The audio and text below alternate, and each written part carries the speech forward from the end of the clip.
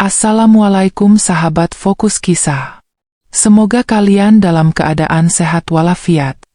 Terima kasih sudah klik video ini. Jangan lupa juga komen dari daerah mana kalian berasal. Yuk kita mulai kisah yang menguras perasaan ini. Apa jadinya jika seorang anak pemulung yang hidup sebatang kara justru menemukan arti keluarga dari sosok bayi yang tergeletak di pinggir sampah? Inilah kisah yang akan menyentuh hatimu, kisah tentang kehilangan, harapan, dan cinta tanpa syarat. Pagi itu langit Jakarta tampak muram meski mentari sudah mulai memanjat dari ufuk timur. Seolah ikut merasakan getirnya kehidupan yang dijalani seorang bocah kecil bernama Dani. Di usianya yang baru menginjak 12 tahun, Dani tidak mengenal bangku sekolah, tak pernah merasakan hangatnya pelukan ibu, atau teguran lembut dari seorang ayah. Ia hanya mengenal kerasnya jalanan, dan aroma tajam dari tumpukan sampah yang menjadi sumber harapan satu-satunya dalam hidupnya. Dengan tubuh kurus terbalut kaos lusuh yang warnanya nyaris pudar, dan celana pendek penuh tambalan, Dani menyusuri lorong sempit di antara ganggang sempit yang dipenuhi sampah, botol plastik, dan kardus bekas. Karung besar menggantung di pundaknya, sementara tangannya yang kecil memegang tongkat besi panjang, alat sederhana untuk menggali harta karun dari balik sampah kota. Hari itu, seperti hari-hari sebelumnya, Dani berangkat dari tempat berteduhnya yang terletak di bawah jembatan. Ia menyimpan semua barang berharganya di sana, bantal sobek, selimut tipis berlubang, dan boneka kecil yang pernah ia temukan di tumpukan sampah, yang kini menjadi satu-satunya teman yang ia peluk saat malam dingin datang menyapa. Meski perutnya kosong sejak semalam, Dani tak mengeluh. Ia sudah terbiasa dengan kelaparan.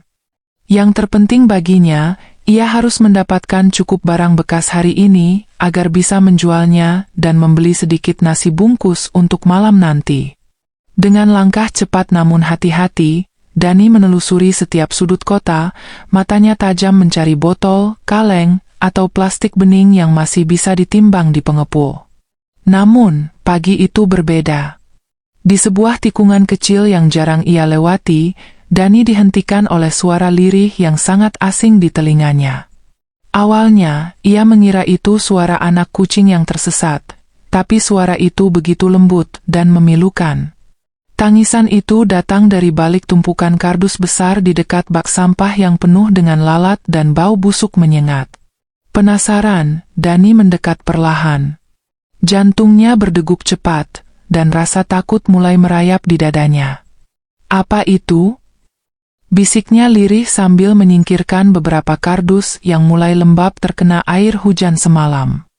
Dan di balik tumpukan itulah, ia menemukan pemandangan yang membuat tubuhnya membeku seketika. Seorang bayi.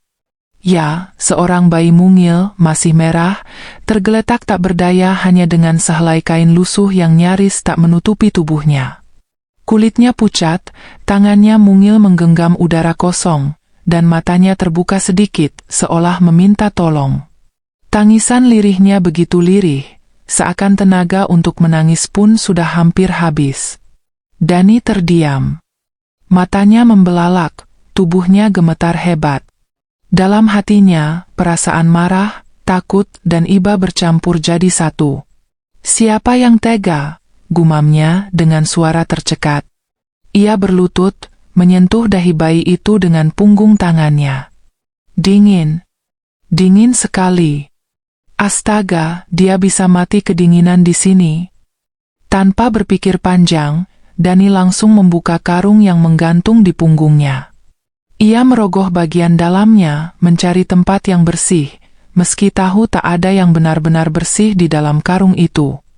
Ia melepas jaket tipis satu-satunya yang ia miliki, membungkus tubuh bayi itu perlahan, dan menyelipkannya ke dalam karung dengan hati-hati. "Tenang ya, aku bawa kamu pergi dari sini," ucap Dani dengan suara pelan, nyaris seperti doa. Bayi itu hanya menangis pelan, seakan tahu bahwa pelindung baru telah datang. Langkah Dani terasa lebih berat saat meninggalkan lokasi itu. Bukan karena beban karung di punggungnya, tapi karena beban tanggung jawab yang tiba-tiba ada di pundaknya yang masih kecil. Ia berjalan perlahan, hati-hati, sambil sesekali melihat ke belakang memastikan tak ada orang yang melihat. Ia tahu, membawa bayi seperti ini bisa membuatnya dicurigai, bahkan mungkin dituduh menculik. Tapi apa pedulinya? Ia tak bisa membiarkan bayi sekecil itu mati di tumpukan sampah sendirian. Hatinya menjerit. Ia, yang bahkan tak punya siapa-siapa, kini justru menemukan seseorang yang lebih tak berdaya dari dirinya. Sore itu, langit mulai berubah gelap. Dani sudah kembali ke tempat persembunyiannya di bawah jembatan. Ia memeriksa keadaan bayi itu, yang kini ia baringkan di atas kain sarung sobek yang biasa ia pakai tidur. Bayi itu tampak tenang, meski sesekali mengerang pelan. Dani duduk di sampingnya, bersandar di dinding beton jembatan. Hatinya masih berdebar kencang. Aku nggak tahu harus gimana, Dek. Tapi aku nggak akan ninggalin kamu, bisiknya, pelan. Malam mulai turun, angin bertiup kencang, dan udara semakin dingin. Dani memeluk tubuh kecil bayi itu ke dadanya, memberikan kehangatan dari tubuhnya yang kurus. Tak ada lampu, tak ada selimut, hanya pelukan dan keberanian yang tersisa. Dani menggigit bibirnya menahan tangis. Entah kenapa ia merasa sangat dekat dengan bayi ini. Mungkin karena mereka berdua sama-sama terbuang. Sama-sama tak diinginkan. Tapi dalam ketakberdayaan itu, ada satu hal yang membuat hati Dani hangat. Untuk pertama kalinya dalam hidupnya, ia merasa dibutuhkan. Bayi ini membuatnya merasa hidupnya punya arti. Aku jagain kamu ya. Aku janji, bisiknya, sebelum matanya perlahan terpejam karena kelelahan. Keesokan harinya, Dani bangun dengan leher pegal karena tidur dalam posisi memeluk. Ia langsung memeriksa bayi itu. Masih bernapas, meski kulitnya terlihat pucat. Dani tahu ia harus melakukan sesuatu. Tapi apa? Ia tak punya uang. Ia bahkan tak tahu cara merawat bayi. Tapi cinta membuat segalanya mungkin. Ia memutuskan untuk menamai bayi itu.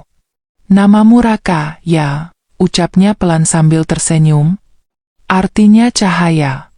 Karena kamu yang bikin hidupku jadi terang. Hari-hari berikutnya berubah drastis. Dani tidak lagi hanya memikirkan berapa kilo botol plastik yang ia kumpulkan, tapi juga berapa lama ia bisa bekerja tanpa meninggalkan Raka. Ia mulai mengatur waktunya. Pagi-pagi ia mengumpulkan sampah, lalu kembali ke bawah jembatan untuk memberi makan dan mengganti kain yang melilit tubuh Raka. Makanan mereka seadanya. Kadang nasi sisa dari warung yang ia temukan di tempat sampah. Tapi untuk Raka, Dani selalu memilih yang terbaik. Ia rela tidak makan asal bayi itu kenyang. Aku kuat, Rak, kamu makan dulu, katanya setiap kali membelah nasi bungkus kecil itu. Hari-hari Dani dan Raka bergulir pelan dalam kesederhanaan yang menyayat hati. Dani kini benar-benar hidup sebagai pengasuh kecil. Setiap pagi, setelah memastikan Raka tidur tenang, ia akan berjalan cepat ke pasar, ke ganggang sempit, ke dekat stasiun atau halte, membawa karung di punggung sambil berpacu dengan waktu. Ia harus kembali sebelum bayi itu terbangun dan menangis sendirian. Tunggu aku ya, Rak. Abang cari duit buat beli makan, bisiknya sebelum pergi. Dani mengatur waktunya dengan penuh perhitungan. Di siang hari, saat matahari membakar aspal jalanan, ia duduk di bawah jembatan, menyuapi Raka dengan bubur sisa warung yang ia hangatkan di kaleng bekas. Ia membuatkan sendok dari potongan plastik, dan mengelap mulut mungil Raka dengan ujung bajunya. Kadang, ia menyanyikan lagu-lagu kecil hasil karangannya sendiri. Raka manis, Raka kuat, abang jagain kamu sampai kuat. Suara Dani lembut, walau serak dan tak merdu, namun cukup untuk menenangkan Raka yang tertawa kecil mendengarnya. Meski dunia mereka sempit, tapi penuh tawa dan kehangatan, sesuatu yang bahkan tak dimiliki oleh orang-orang di rumah mewah. Salah satu yang diam-diam memperhatikan perjuangan Dani adalah Bu Rini, pedagang gorengan yang biasa mangkal di dekat terminal. Awalnya, Bu Rini hanya melihat Dani sebagai bocah pemulung biasa. Tapi sejak Dani datang sambil menggendong bayi, ia mulai penasaran. "Anak siapa itu, Dan?" tanyanya suatu sore. Dani, yang sedang membolak-balik botol di tempat sampah, menoleh dan menjawab pelan, "Aku nemu di tempat sampah, Bu. Aku nggak tega ninggalin dia." Bu Rini tertegun, tak percaya dengan apa yang didengarnya. Sejak saat itu, Bu Rini sesekali memberi Dani sedikit gorengan atau nasi bungkus sisa dagangannya. "Ini buat kamu dan adikmu ya. Jangan lupa disuapin pelan-pelan," ucapnya dengan senyum penuh iba. Dani menerima dengan tangan gemetar, matanya berkaca-kaca. "Makasih banyak, Bu. Raka pasti suka," katanya tulus. Bagi Dani, itu bukan sekadar makanan, tapi bentuk cinta pertama dari dunia luar setelah sekian lama hidup dalam penolakan dan kesepian. Tak jarang, Bu Rini menyelipkan air hangat dalam botol untuk Raka, atau kain bersih bekas cucian untuk dipakai alas tidur. Namun, tidak semua orang sebaik Bu Rini. Banyak pula yang mencibir. Di pasar, di lorong-lorong tempat Dani biasa bekerja, terdengar gumaman miring. "Anak kecil bawa bayi? Jangan-jangan nyulik," kata seorang ibu setengah berbisik. "Bisa bahaya tuh, nanti dibawa polisi," sahut yang lain. Dani mendengar, tapi memilih diam. Ia tahu, tidak semua orang akan mengerti. Hatinya perih. Namun ia tak bisa membuang bayi itu hanya karena ucapan orang. Malam hari, saat orang-orang tidur nyenyak di ranjang empuk, Dani sering menatap langit dari bawah jembatan, sambil membisikkan isi hatinya. "Tuhan, aku nggak tahu caranya jadi kakak, apalagi jadi orang tua. Tapi aku mohon, kasih aku kekuatan buat jaga Raka." Ia mulai menjauhi tempat-tempat yang ramai, memilih jalur sepi dan jalan-jalan tikus agar tidak banyak orang memperhatikan. Ia sadar, jika terlalu mencolok, bisa jadi Raka akan diambil darinya. Dani belum siap kehilangan bayi itu. Ia merasa hidupnya kini memiliki makna. Setiap senyum Raka adalah penyembuh dari luka-luka masa lalunya.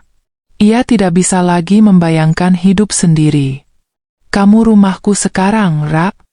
Kamu alasanku hidup," katanya lirih sambil mencium kening bayi itu. Tapi takdir, sebagaimana biasanya, selalu menguji ketulusan. Suatu malam yang sangat dingin, Dani merasa tubuh Raka hangat tak wajar. Ia meletakkan telapak tangan di dahi bayi itu, dan jantungnya langsung berdegup kencang. Panas. Raka demam tinggi. Ia mencoba menenangkannya dengan nyanyian kecil, pelukan hangat, dan usapan lembut. Tapi tangis Raka malah semakin keras. "Jangan nangis, Rak. Abang di sini ya." Dani panik. Ia menggigil, bukan karena cuaca, tapi karena ketakutan yang tak tertahankan. Ia tidak tahu harus bagaimana. Ia bukan perawat, bukan orang dewasa, hanya seorang anak jalanan tanpa bekal pengetahuan. Dengan sisa uang receh hasil seharian mengais sampah, Dani berlari ke warung terdekat. Ia membeli obat penurun panas cair, yang biasa dipakai bayi, dan sekotak air mineral. "Ini cukup, Bu?" tanyanya dengan mata penuh cemas. Ibu warung hanya mengangguk iba. Malam itu, Dani berjaga tanpa tidur. Ia membasahi handuk kecil dengan air, menempelkannya di kening Raka. Ia menggantinya setiap jam, terus memeluk tubuh mungil itu agar tetap hangat. Di tengah malam yang sunyi, ia berdoa sambil menangis, "Tolong, Tuhan, jangan ambil dia dariku." Pagi harinya, ketika Dani masih duduk memeluk tubuh kecil Raka yang mulai tenang, datanglah seorang wanita muda mengenakan rompi bertuliskan Komunitas Peduli Jalanan. Ia bernama Kak Lala. Setiap akhir pekan, ia memang menyusuri jalan-jalan ibu kota untuk memberi makanan dan bantuan kepada anak-anak jalanan. Saat melihat Dani dan bayi yang terbungkus kain lusuh itu, Kak Lala langsung mendekat. "Dek, kamu yang rawat bayi ini?" tanyanya hati-hati. Dani menatap perempuan itu dengan waspada. Ia mengangguk pelan. "Aku nemu dia di tempat sampah. Aku rawat semampu aku," jawab Dani lirih. Kak Lala duduk di sampingnya, matanya berkaca-kaca melihat ketulusan Dani. "Boleh kakak bantu? Kami bisa bawa kamu dan adikmu ke tempat yang lebih layak," katanya. Dani ragu. Di satu sisi ia ingin bantuan, tapi di sisi lain, ia takut Raka diambil darinya. "Tapi, kakak nggak bakal pisahin kami kan?" tanyanya, nyaris memohon. Kak Lala menggenggam tangan kecil Dani. "Enggak, Dek, justru kakak mau bantu kalian berdua. Raka butuh tempat hangat, dan kamu butuh bahu untuk berbagi." Mata Dani berkaca-kaca. Untuk pertama kalinya, ada seseorang yang datang bukan untuk mengusir, mencibir, atau memandang jijik, tapi datang untuk memahami. Ia mengangguk pelan. Hari itu, Dani dan Raka meninggalkan kolong jembatan. Tapi bukan karena mereka kalah. Mereka pergi karena akhirnya, secercah harapan mulai menyapa mereka dari jalan yang penuh luka. Perjalanan Dani dan Raka menuju tempat baru yang dijanjikan Kak Lala bukanlah akhir, melainkan awal dari lembaran baru yang tak pernah Dani bayangkan sebelumnya. Mereka dibawa ke sebuah rumah singgah milik komunitas sosial di pinggiran kota, tempat sederhana yang hangat dengan tembok bercat cerah, kasur empuk, dan aroma makanan yang tak berasal dari tumpukan sampah. Saat pertama kali melangkahkan kaki ke sana, Dani sempat berdiri terpaku di ambang pintu. Matanya menyapu setiap sudut ruangan dengan campuran tak percaya dan haru. "Ini beneran buat aku sama Raka?" tanyanya dengan suara nyaris tak terdengar. Kak Lala mengangguk sambil tersenyum. "Iya, Dani. Sekarang kamu dan Raka nggak harus tidur di bawah jembatan lagi." Tangis Dani pecah tanpa bisa ditahan. Ia memeluk Raka erat sambil berulang kali membisikkan, "Kita aman, Rak? Kita aman sekarang." Hari-hari pertama di rumah singgah menjadi masa adaptasi yang mengharukan. Dani sempat gelagapan saat melihat Raka dimandikan oleh perawat dan diberi selimut bersih, karena ia belum pernah melihat bayi itu begitu bersih dan nyaman. Ia juga masih kaget setiap pagi saat bangun di kasur empuk, tidak dikejutkan suara klakson atau sirene mobil polisi seperti biasanya. Tapi, jauh di dalam hatinya, Dani tetap diliputi rasa takut. Ia takut ini semua hanya mimpi, dan suatu hari akan kembali terbangun di bawah jembatan yang dingin dan sunyi. Namun, ketulusan tidak pernah membohongi. Hari demi hari, rumah singgah itu mulai menyembuhkan luka-luka kecil di hati Dani. Ia diperkenalkan pada kegiatan rutin, makan 3 kali sehari, belajar membaca, dan yang paling membahagiakan, waktu bermain bersama anak-anak lain. Untuk pertama kalinya, Dani belajar cara memegang pensil dengan benar, mengenal huruf, bahkan bisa menulis namanya sendiri. "Namaku Dani," tulisnya dengan bangga di selembar kertas yang langsung ia tunjukkan pada Kak Lala. "Bagus sekali, Dani," balas Kak Lala sambil tersenyum bangga. Namun di balik senyum itu, Dani sering terdiam dalam malamnya. Di saat semua anak telah tertidur, ia duduk di dekat boks bayi tempat Raka tidur, memandangi wajah mungil itu. Ia berbicara pelan, seperti mengobrol dengan sahabat sejatinya. "Kamu tahu nggak, Ra, dulu abang pikir hidup itu cuma soal nyari makan dan tempat tidur. Tapi sejak kamu datang, abang jadi ngerti, hidup itu soal punya alasan buat terus bertahan." Ia menggenggam tangan mungil Raka, dan seperti biasa mencium keningnya. "Selama kamu ada, abang gak takut lagi."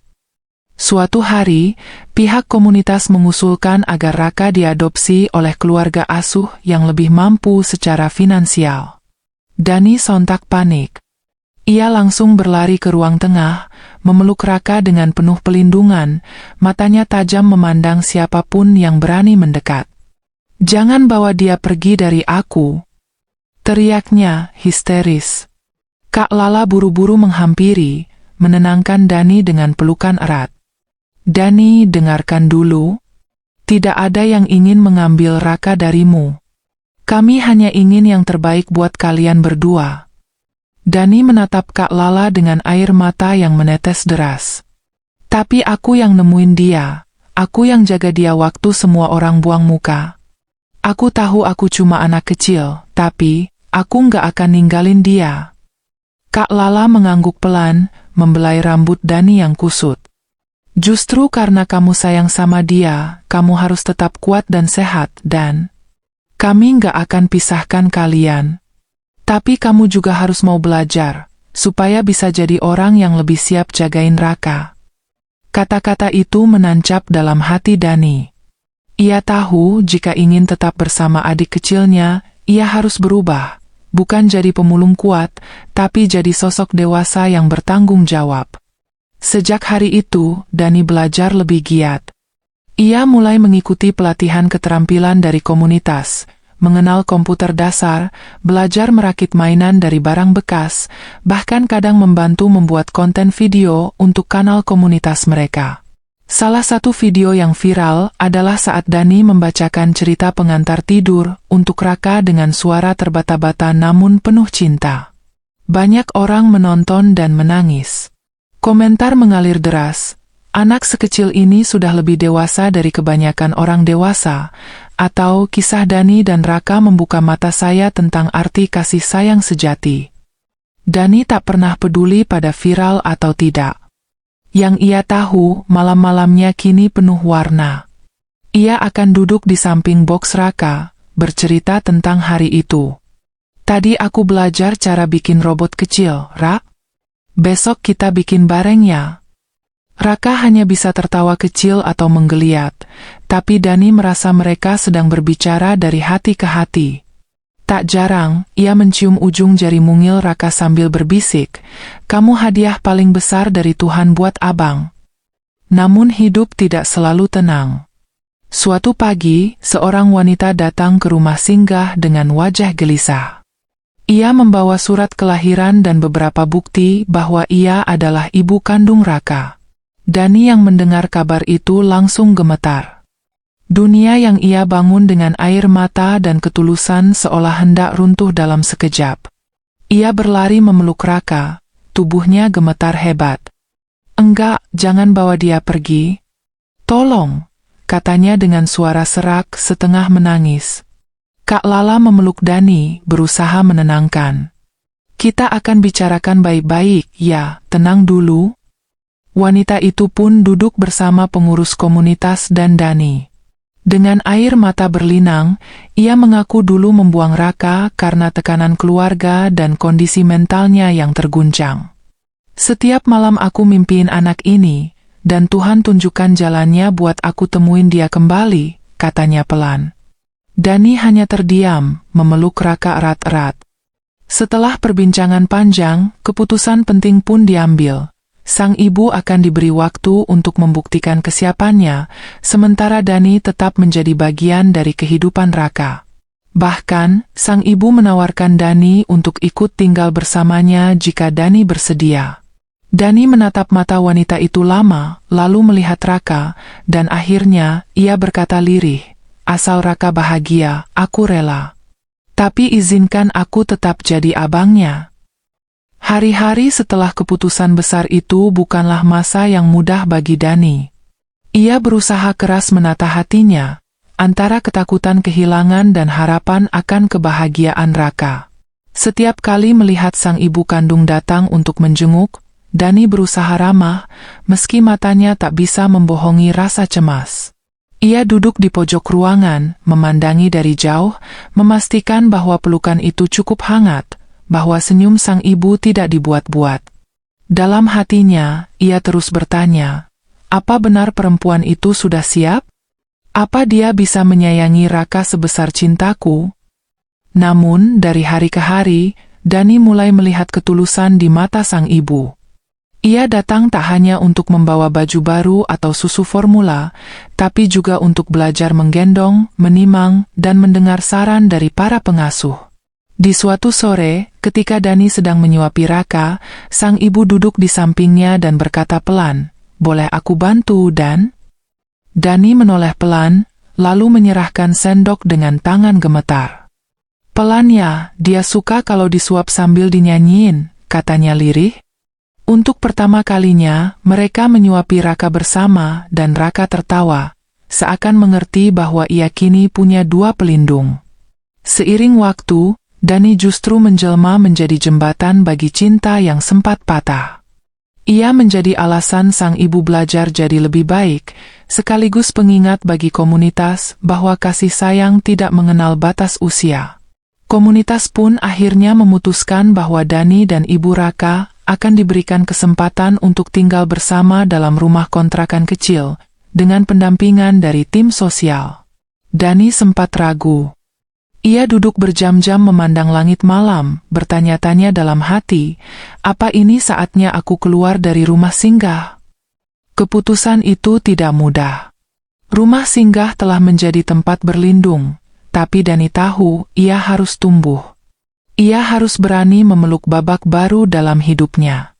Akhirnya, dengan pelukan panjang dari anak-anak rumah singgah dan doa dari Kak Lala, Dani melangkah pergi sambil menggendong Raka, dengan sang ibu berjalan di sampingnya. "Kamu yakin, Dan?" tanya sang ibu pelan. Dani mengangguk. "Aku nggak yakin dunia luar akan selalu baik, tapi aku yakin Raka butuh kita berdua." Kehidupan mereka di rumah kecil itu sangat sederhana. Atapnya seng, dindingnya kayu yang mulai usang, tapi di dalamnya tumbuh sesuatu yang lebih kokoh dari dinding beton, kepercayaan dan cinta yang perlahan bertumbuh. Dani membantu sang ibu berjualan kue di pinggir jalan, sementara di malam hari ia tetap belajar dan merawat Raka. Setiap hari adalah perjuangan, tapi tak pernah ada satupun malam tanpa canda atau pelukan. Mereka sering duduk bertiga di beranda kecil sambil menatap bulan, dengan Dani berkata, "Rak, kamu anak yang kuat, tapi abang janji, kamu nggak akan sendiri lagi." Sang ibu pun mulai membuka diri. Ia bercerita tentang masa lalunya, tentang tekanan dari keluarga yang menuntutnya menggugurkan Raka, tentang rasa takut menjadi ibu tunggal, hingga akhirnya memutuskan hal paling menyakitkan, meninggalkan bayinya. "Aku nggak pernah berhenti nyesel, dan waktu tahu kamu yang nemuin Raka, aku merasa Tuhan nunjukin aku jalan buat menebus semuanya." Dani menggenggam tangan wanita itu, dan untuk pertama kalinya ia berkata, "Kalau ibu bisa janji nggak ninggalin Raka lagi, aku akan belajar percaya." Tahun-tahun berlalu. Raka tumbuh menjadi anak cerdas dan ceria, sementara Dani kini sudah remaja tangguh. Ia berhasil menyelesaikan sekolah dasar dari program kejar paket dan kini menjadi mentor muda di komunitas yang dulu menolongnya. Ia mengajari anak-anak jalanan lain cara membaca, menulis, dan merakit mainan dari barang bekas.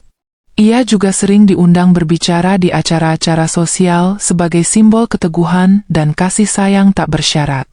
"Saya bukan siapa-siapa, hanya seorang anak yang mencintai adiknya seperti mencintai hidupnya sendiri." Begitu kalimat yang sering ia ulang di depan publik, membuat banyak orang terdiam dan menitikkan air mata. Raka sendiri sangat dekat dengan Dani. Di sekolah, ia selalu menyebut Dani sebagai abangnya yang paling hebat.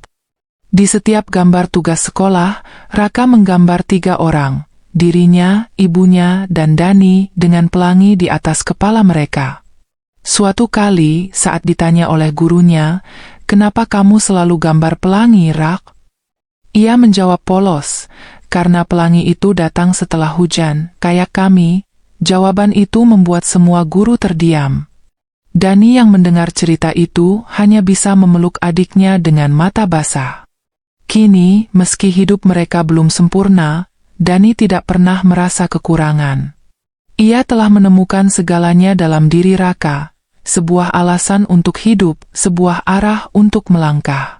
Di malam sunyi, Dani masih suka memandang langit, tapi kini bukan untuk mengeluh atau menangis. Ia hanya menatap bintang-bintang sambil tersenyum, lalu berbisik, "Terima kasih, Tuhan, karena membiarkan aku menemukan bayi itu di pinggir sampah, karena di sanalah aku menemukan cintaku, keluargaku, dan diriku sendiri. Mereka bertiga dalam rumah kecil itu mungkin tidak terlihat seperti keluarga sempurna di mata orang. Tapi mereka adalah satu kesatuan yang tak tergantikan. Seorang bocah pemulung, seorang bayi yang dibuang, dan seorang ibu yang tersesat namun akhirnya pulang, disatukan oleh cinta yang sederhana namun tak pernah pudar. Kisah mereka bukan hanya tentang bertahan hidup, tapi tentang bagaimana kasih sayang yang tulus bisa mengubah luka menjadi cahaya. Dan jika suatu hari kamu melihat bocah lelaki dan anak kecil tertawa di pinggir jalan, jangan buru-buru menghakimi. Mungkin, seperti Dani dan Raka, mereka sedang membangun keluarga dari reruntuhan takdir, dan menunjukkan bahwa bahkan yang paling kecil pun bisa menyelamatkan segalanya.